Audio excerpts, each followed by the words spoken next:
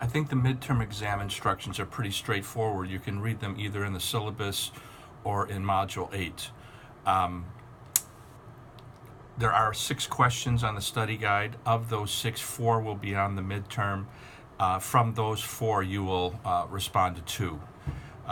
You need to prepare for 4 of the questions. That way, no matter what 4 you receive on the exam, at least 2 you will be prepared for, and that's all you need to cover yourself.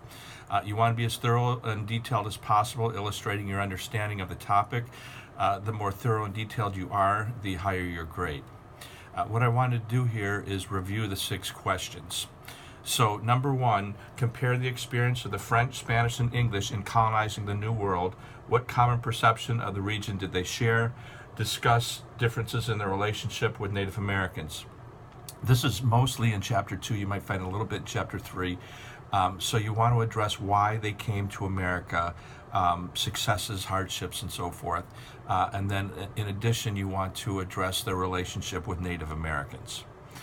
Number 2, compare and contrast the New England, the Chesapeake/Southern, and the Middle colonies. You'll find this in Chapters 3 and 4.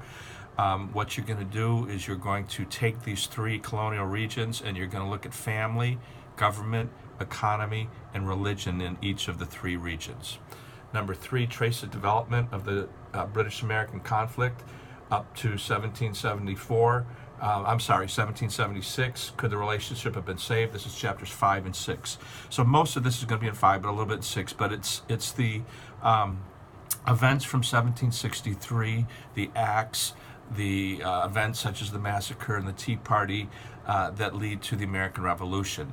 You only need to go up to July of 1776 and the Declaration of Independence. The war begins in 75 and it will continue on into the 80s, but again, you only need to go to 1776. The next 2 questions are from Chapter 7. So question 4 is compare the strengths and weaknesses of the Confederation government. Was it doomed to failure? Why?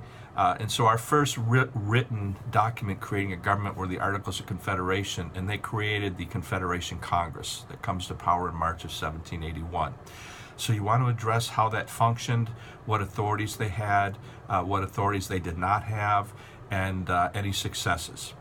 And then number 5 is evaluate the Constitutional Convention. What were the obstacles they faced and how did they address them? Evaluate the debate over ratification between the Federalists and the Anti-Federalists. So you want to address the government that they created, how they went about that, what they created. You want to address the compromises. And as far as obstacles, they face many. And one you do need to address is slavery. And for clarification, the 3/5 compromise is not addressing slavery per se.